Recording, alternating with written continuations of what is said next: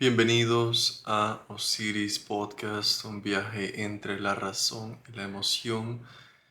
En este podcast exploramos los vínculos entre la filosofía, la psicología y la literatura para entender mejor quiénes somos, cómo pensamos y por qué sentimos. Palabras, ideas y emociones se entrelazan en cada episodio. El día de hoy vamos a hablar sobre el dolor que no nombraste se convirtió en tu carácter.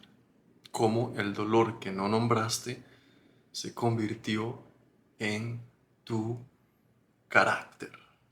Por ejemplo, heridas no procesadas, identidad construida por defecto y el camino hacia la autenticidad as well también. Son algunas cosas de las que vamos a conversar.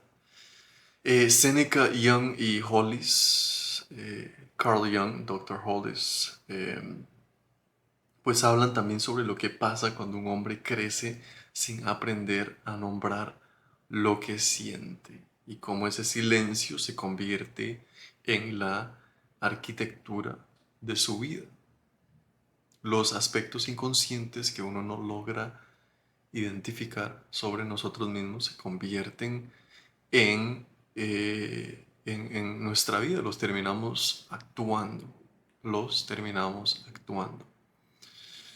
Entonces, no naciste así, o sea, no naciste de esta manera, sino fue que aprendiste a ser así para sobrevivir en una sociedad. Cuando uno nace y empieza a crecer, hay ciertos comportamientos que hacemos para sobrevivir, quizás para encajar socialmente. Dr. Hollis tiene una idea central. Dice que el hombre no construye su identidad desde adentro hacia afuera. La construye desde afuera hacia adentro, respondiendo a lo que el entorno exige, premia y castiga. ¿Verdad? El niño que llora y le dicen los hombres no lloran, no aprende a sentir, aprende a esconder lo que siente. Y esto pasa mucho con los hombres, donde han aprendido a esconder lo que sienten. Y eso que se esconde año tras año se va a convertir en su carácter. Por ejemplo, a los 35 años, ese hombre que no sabe por qué se irrita tan fácilmente, no sabe por qué le cuesta pedir ayuda, no sabe por qué le incomoda tanto la vulnerabilidad ajena, pero sí sabe, ¿verdad? Sí sabe, pero lo que sabe está debajo de la superficie. O sea, sí sabe que ciertas cosas le enojan, pero lo que sabe está debajo de la superficie. El hombre que no puede pedir ayuda, por ejemplo. Carlos, vamos a ver un ejemplo aquí. Carlos a los 38 años, ejecutivo, lo tiene todo resuelto. Carlos nunca pide ayuda. Si sale algo malo, resuelve solo. Si está perdido, da vueltas antes de preguntar. Si está agotado, trabaja más. A los 10 años, su padre le dijo, en esta casa no lloramos, resolvemos. En esta casa no lloramos, resolvemos. Lo aprendió también que ahora ni sabe que lo aprendió. Ahora, ¿qué es lo que esto revela? La independencia extrema de Carlos no es fortaleza, es quizás una herida que aprendió a funcionar. El niño que necesitaba ayuda y no podía pedirla, se convirtió en el adulto que no puede recibirla.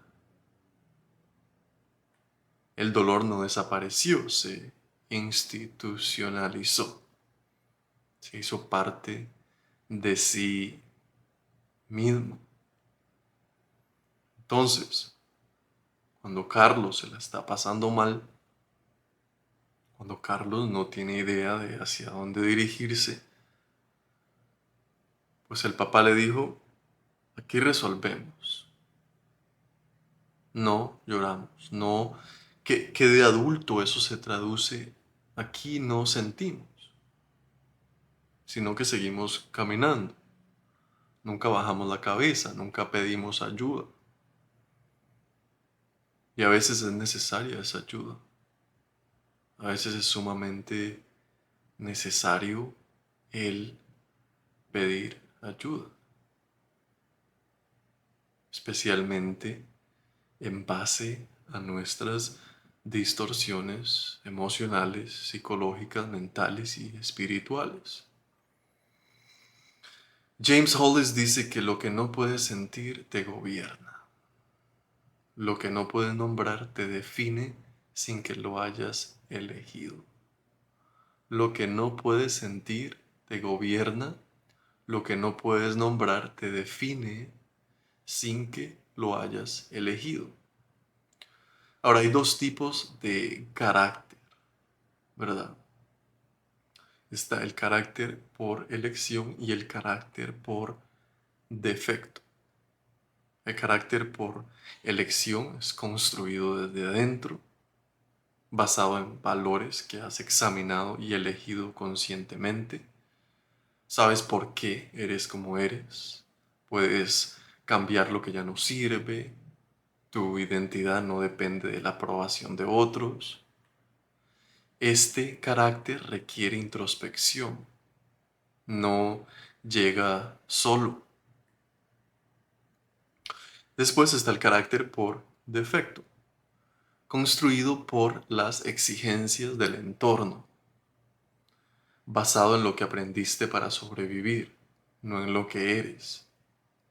No sabes por qué reaccionas como reaccionas. Cambiar se siente como traicionar quién eres. Tu identidad depende de que el mundo valide quién aparentas ser. Este carácter llega sin que lo invites. Es lo que quizás cogemos de la sociedad, lo que aprendemos de la sociedad. Se nos pega y lo empezamos a practicar. Nos empezamos a comportar de las maneras en las que pues hemos aprendido. Hay tres formas en que el dolor no nombrado aparece en los hombres. Número uno es como ira. La rabia casi nunca es la emoción original. Debajo hay miedo, dolor, vergüenza, impotencia, quizás sensaciones de no ser suficiente. Y pues la ira es el único canal que quedó abierto. Es lo único que, eh, que se dejó expresar. Es lo único que dejamos expresar.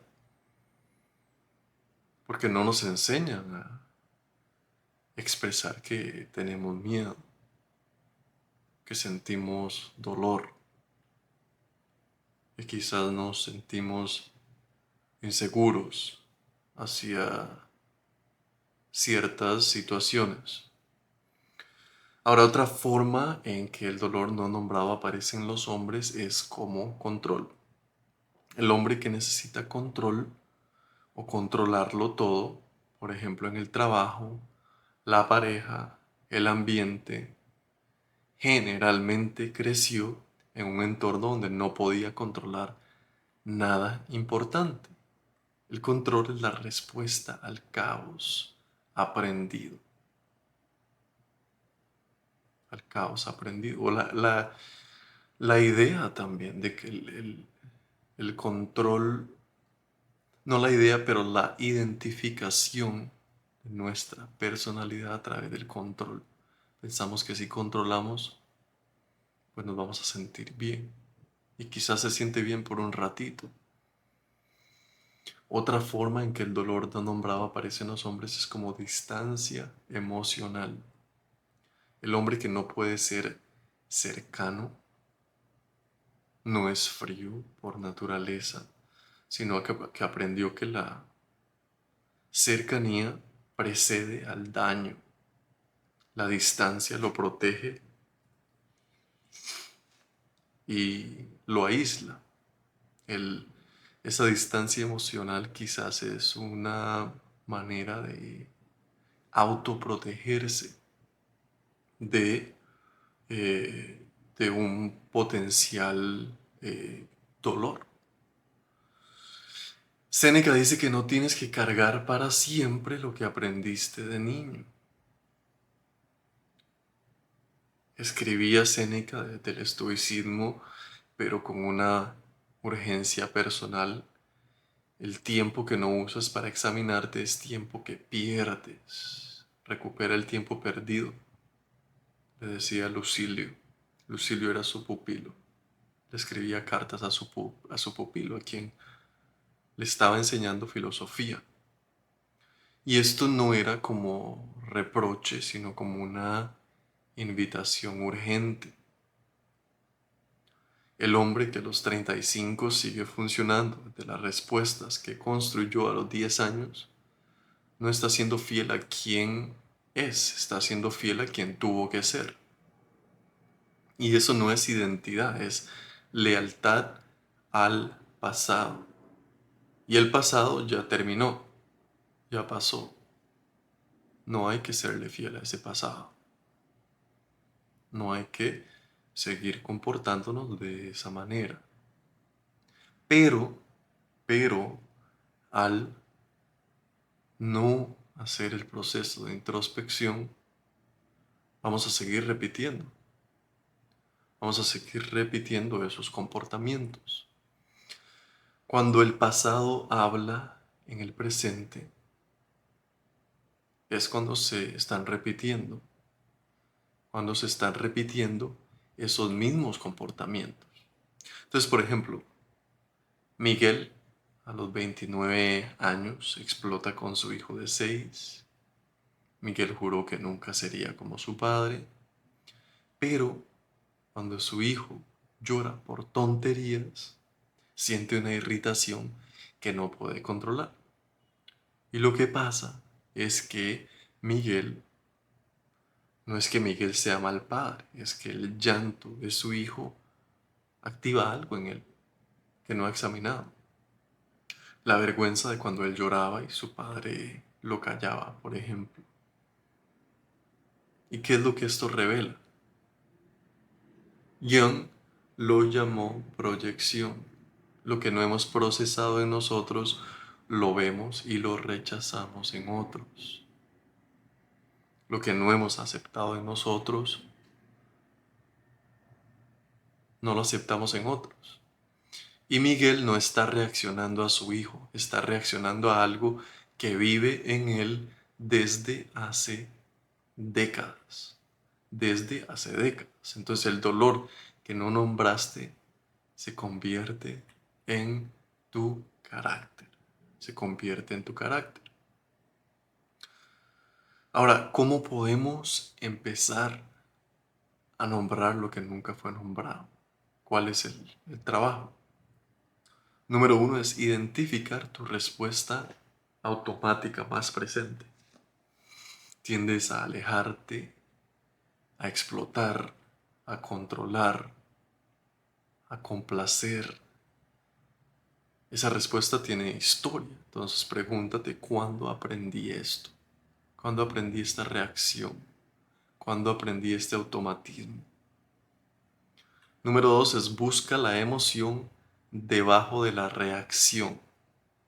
Busca la emoción debajo de la reacción. ¿Qué es lo que verdaderamente se esconde detrás de mi ira, detrás de mi enojo? Y así la próxima vez que reacciones fuerte, pausa y pregunta, ¿Qué siento? O sea, ¿qué siento justo antes de reaccionar? No qué pienso, sino qué siento, qué es lo que verdaderamente siento.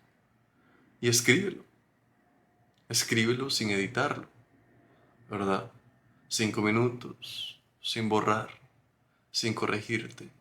Lo que sale en los primeros 5 minutos sin censura, de una manera objetiva, de una manera humilde, honesta, verdadera. Y número 4 es considera terapia un espacio de reflexión estructurada, no como señal de debilidad, sino como señal de que te tomas en serio tu propia vida, de que te estás tomando en serio tu propia vida. Los pensamientos de inseguridad, de insuficiencia. Ahora, Séneca dice que el primer y más grande deber es para uno mismo examinar tu vida antes de juzgar la de otros. Es sumamente fácil juzgar a otros.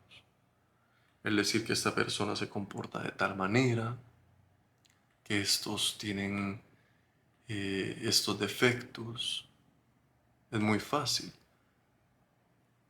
Pero lo que verdaderamente es difícil es el cuestionarse uno mismo, el indagar, el hacer introspección en uno mismo. Entonces, no te construiste solo, pero sí puedes elegir quién ser desde aquí.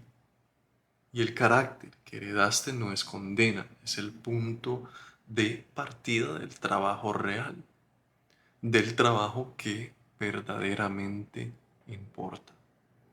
Entonces, para esta semana, identifica una respuesta automática tuya, una reacción que reconoces, que se repite. Escribe quizás una frase que crees que la originó y no tienes que resolverla, solo hay que nombrarla, solo hay que escribirla. Otra vez de una manera objetiva, de una manera consciente, en donde podamos empezar a identificar esos patrones, en donde podamos hacernos conscientes para que el dolor que no nombraste no se convierta en tu carácter, sino que el carácter lo empieces a decidir tú, empieces a decidir tus valores, tu manera de actuar. Entonces, eso es todo por hoy en este episodio. Si les gustó, pues sigan escuchando, y si creen que hay alguien que les pueda gustar este tipo de información, compártanlo y nos vemos en el próximo episodio.